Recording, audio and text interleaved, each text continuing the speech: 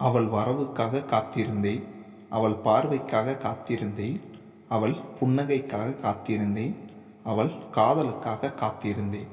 இன்று அவளின் வார்த்தைக்காக காத்திருக்கிறேன். கவிதை என்ற பெயரில் உளறிக்கொண்டிருந்தான் கவின்.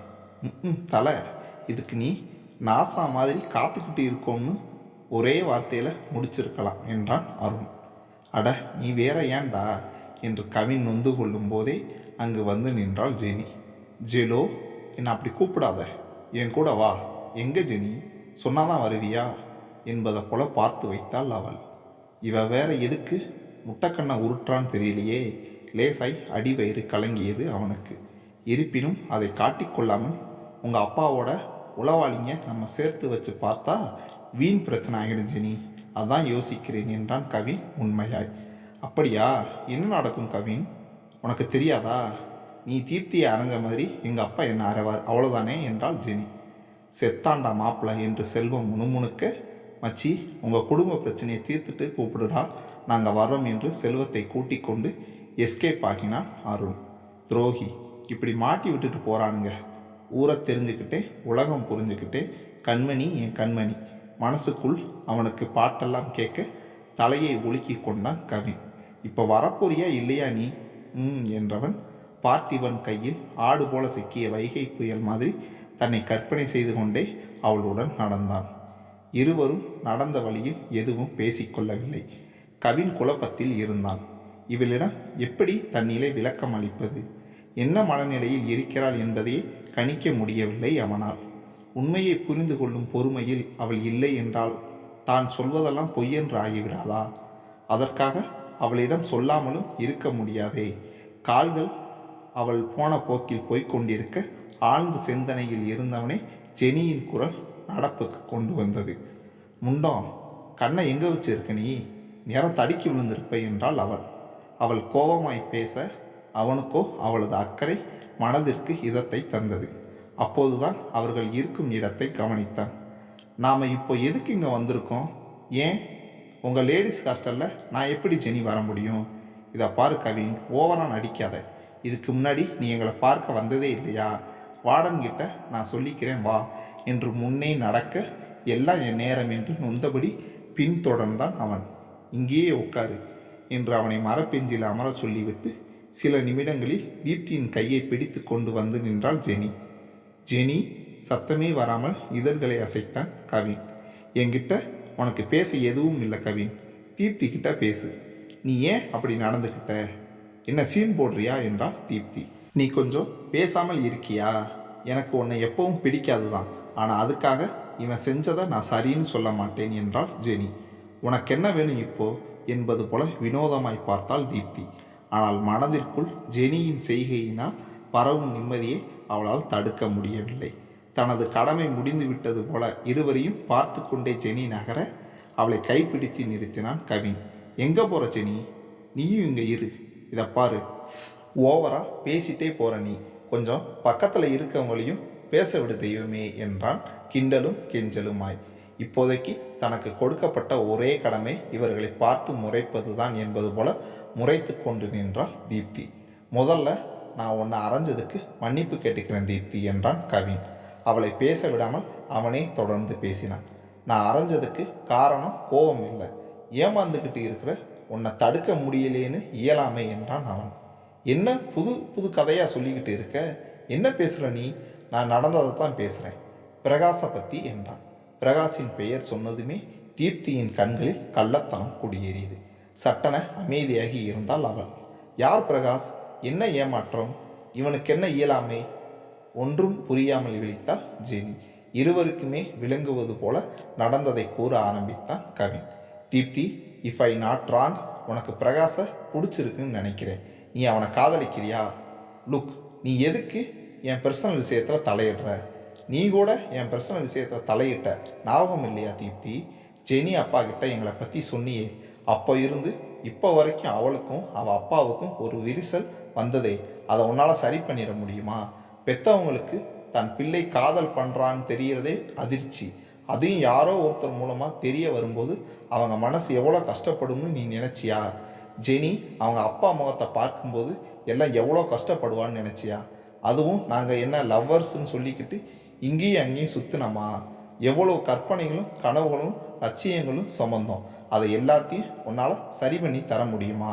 வேதனை நிறைந்த அவன் குரலில் ஒருத்தி ஆடிப்போய் நிற்க, அருகில் இருந்த ஜெனியோ கண்ணில் திரண்ட கண்ணீரை மறைக்க முயற்சித்தாள். ஸோ பழி வாங்குறியா? நீ எதையும் சரியாகவே யோசிக்க மாட்டியா? எதுக்கு எடுத்தாலும் அவசர புத்தி. கண்டிக்க வேண்டியவங்க கண்டிச்சிருந்தா நீ இப்படி இருந்திருக்க மாட்ட. இப்போது கண் கலங்குவது அவளது முறையானது. உன்னை காயப்படுத்துறது என் நோக்கம் இல்லைதான். ஆனால் அதே நேரம் மனசில் பட்டதை மறைச்சு வைக்கவும் என்னால் முடியாது. இந்த ஒரு வாரமாய் கிளாஸ் முடிஞ்சு ஹாஸ்டலுக்கு உடனே போகாமல் எங்கே போன நீ? நீ எக்கேடு கேட்டு போனால் எங்களுக்கு என்னன்னு இருக்க முடியாது தீப்தி. நமக்குள்ள 1000 பிரச்சனைகள் இருந்தாலும் நீயும் என் ஃப்ரெண்டு தான். நமக்குள்ளே நடக்கிற சண்டையை எப்போதுமே நான் பெரிதிப்படுத்தி பார்த்ததில்லை. உன் வழியில் வந்து விட்டு பிடிச்சி உன்னை திருத்தணும்னு நான் நினச்சேன். உன் கூட பழகின சில நாளிலேயே நீ ஏன் இப்படி இருக்கேன்னு புரிஞ்சது. நீ அன்புக்கு ஏங்கிறத என்னால் உணர முடிஞ்சது. ஆசைக்காக எதையும் செய்ய துணிஞ்சவ தீப்தின்னு எண்ணம் போய் அன்புக்காக நீ என்ன வேணாலும் செய்வேன்னு நான் உணர்ந்தேன். அப்போவே நான் உனக்கு உண்மையான நண்பனாக இருக்கணும்னு ஆசைப்பட்டேன். இது எல்லாம் ஜெனிக்கு தெரியும். அதனால தான் இதுவரை அவள் என்னிடம் சண்டை போடவே இல்லை. ஆனால் நீ என்ன உன் ஃப்ரெண்டாக நினைக்கவே இல்லைல்ல தீப்தி. நான் என்ன நடந்துச்சுன்னு சொல்கிறேன் கேட்டுக்கோ. இந்த ஒரு வாரமாக நீ லேட்டாக ஹாஸ்டலுக்கு வர்றேன்னு தெரிஞ்சு நானே உங்ககிட்ட ஃபோனில் கேட்டேன். ஆனால் நீ எனக்கு உண்மையை சொல்லாமல் ஏதேதோ காரணம் சொன்ன. அதுக்கு பிறகு நானே உன்னை ஃபாலோ பண்ணப்போ தான் பிரகாஷை பார்த்தேன். அவனை பற்றி கேட்டப்போ நீ என்ன சொன்ன? ஜஸ்ட்டு ஃப்ரெண்டு, என் விஷயத்தில் நீ தலையிடாதன்னு கோபப்பட்ட. அவன் யாருன்னு உனக்கு தெரியுமா? அந்த பெரிய வீட்டோட டிரைவர் இல்லை, அந்த வீட்டுக்கே சொந்தக்காரன் அவன்தான். என்ன சொல்கிற? உண்மைதான். நீ நினைக்கிற மாதிரி அவன் ஏழை இல்லை, பணக்கார வீட்டு வாரிசு. பொய் சொல்கிற நீ. இதுக்குத்தான் உன்னை அரைஞ்சேன். எப்போ பார்த்தாலும் அடுத்தவங்க சொல்கிறத கேட்குறதே இல்லை நீ. பிரகாஷ் யாருன்னு கேட்டேன், பொய் சொன்ன நீ. அவங்கிட்ட பேசாதேன்னு சொன்னேன், என்னதான் திட்டுன நீ. நேற்று அவன் உனக்கு என்றவன் பிரகாஷ் தீப்தியின் நெற்றியில் முத்தமிட்டதை சொல்ல விரும்பாமல் பாதியில் நிறுத்தினான். இது பாரு, நீ எவனையாச்சும் லவ் பண்ணினா எனக்கு என்ன? சொல்லப்போனால் நான் சந்தோஷப்படணும். என் ரூட்டு கிளியர் ஆச்சுன்னு. விட்டது தலைவலின்னு போயிருப்பேன். நான் பழைய கவினா இருந்திருந்தான். ஆனால் இப்போது எனக்கு உண்மையிலையும் அக்கறை இருக்குது. சரிதான் போன்னு விட சொல்றியா? அவன் கேள்விகளுக்கு என்ன பதில் சொல்வது என்றே தெரியவில்லை அவளுக்கு. அவளுக்கே மனதினுள் பல கேள்விகள் எழுந்தன.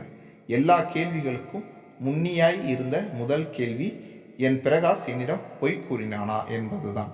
அருகில் இருந்த பெஞ்சில் பொத்தன அமர்ந்து தலையில் கை வைத்து அமர்ந்தாள். தான் சொல்ல வந்ததை சொல்லிவிட்ட நிம்மதியில் பெருமூச்சு விட்டான் கவின். லேசாய் ஜெனியின் பக்கம் சாய்ந்து, ஜெலோ, மாமாவுக்கு ஜூஸ் கிடைக்குமா என்று வழக்கம் போல குறும்புடன் கேட்டு வைத்தான். நடந்ததை கேட்டு முடித்த அவளுக்கே தலை சுற்ற பே என்று முடித்தாள் ஜெனி. கவலை தோய்ந்த தீப்தியின் முகத்தை பார்க்க அவனுக்கு பாவமாய் இருந்தது. ஆனால் இந்த விஷயத்தில் அவள் எடுக்கும் எந்த முடிவும் தனது பேச்சை சார்ந்து எடுத்ததாய் இருக்கக்கூடாது என்று நினைத்தான் கவின். இப்போதும் அவன் பேச்சை அவள் நம்பினாளா? கடவுளுக்குத்தான் வெளிச்சம்.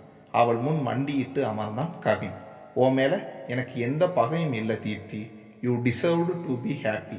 சந்தோஷமாக இருக்கணும். உங்ககிட்ட பொய் சொல்கிறவன் எப்படி நல்லவானாய் இருப்பான்னு எனக்கு தெரியல. அதை நீ தான் உறுதிப்படுத்திக்கணும். உனக்கு ஏதும் உதவி வேணும்னா என்னை கேளு. மற்றபடி நீ தான் முடிவு எடுக்கணும். வா ஜெனி என்று திரும்பி நடந்தான். Kavin, thanks and sorry Jenny என்றாள் தீப்தி. இருவருமே அவளை பார்த்து தலையாட்ட, இன்னொரு விஷயம் சொல்ல மறந்துட்டேன் என்றான் அவன். என்ன என்பது போல் இருவரும் பார்க்க, நீ லேட்டாக வரேன்னு போட்டு கொடுத்தது எட்டப்பச்சி. எட்டப்பி யார் தெரியுமா? நந்துவா? அணு என்று சிரித்தான் அவன். இதற்கென்ன சொல்வது என்று அவள் திருவன விழிக்க, சரி அப்புறம் பார்க்கலாம், ஏதுனா கால் பண்ணு என்று விட்டு சென்றான் கவின். இதுதாங்க நடந்தது. நம்ம தீப்தி பிரகாஷ் பிலுபிலுன்னு பிடிக்கிறதுக்கு முன்னாடி நாம் போய் ஞானப்பிரகாஷ் சாரை பார்ப்போம். கோபம் என்பதை விட வருத்தத்தில் உழன்று கொண்டிருந்தது ஞானப்பிரகாஷின் மனம். எத்தனையோ முயன்றும் திருமங்கலத்தின் பாரம்பரிய வீடு அவர் கண்முன்னே நின்றது. காரை கடற்கரையோரம் ஓட்டிக்கொண்டே அன்றைய சம்பவத்தில் மூழ்கி போனார். அதே நேரம் தன் மடியில் படுத்திருந்த மகனின் கேசத்தை கோதிக்கொண்டே நடந்த நினைவுகளை கூறத் தொடங்கினார். கொஞ்சம் கொஞ்சமாய் அன்றைய நாட்களில் புதைந்து போன நளினிக்கு தன்மேலேயே கோபமும் குற்ற உணர்ச்சியும் அதிகரித்தது.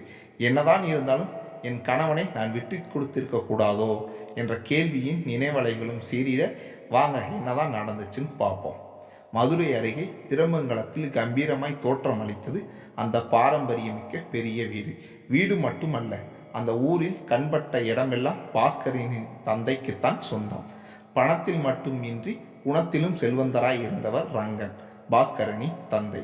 கெட்டிமேளம் கெட்டிமேளம் புரோகிதரின் குரல் அந்த மண்டபத்தையே நிறைய நாதஸ்வர நாதத்தோடு அனைவரின் சிரிப்பொலியும் கலந்திருக்க நளினியின் கழுத்தில் திருமாங்கல்யம் அணிவித்தார் ஞானப்பிரகாஷ்.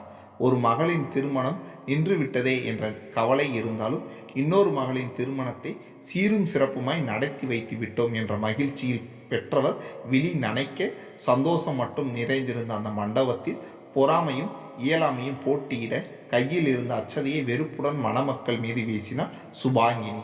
தோற்றத்தில் அச்சு அசல் நளினியைப் போலேயே இருப்பவள் குணத்தில் வேறுபட்டே இருந்தாள்.